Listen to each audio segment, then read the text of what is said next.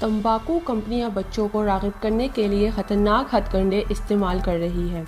WHO ने report जारी कर दी। आलमी इदारा सेहत ने खबरदार किया है कि तंबाकू कंपनियां बच्चों को तंबाकू नोशी की तरफ राग़िब करने के लिए ख़तरनाक और जानलेवा हथकंडे इस्तेमाल कर रही हैं। WHO के मुताबिक ये हैरानी की बात नहीं कि सिगरेट नोशी शुरू करने वाले ज़्यादातर अफराद की उम्र 18 बरस से भी कम होती है। WHO ने मज़ीद बताया कि 13 से 15 बरस तक की उम्र के दरमियान 44 मिलियन बच्चे इस वक्त सिगरेट नोशी के आदी हैं। इस बारे में आलमी इदारा सेहत ने अपनी एक रिपोर्ट इतवार 31 मई को मनाए जाने वाले वर्ल्ड नो टोबैको डे के सिलसिले में जारी की है।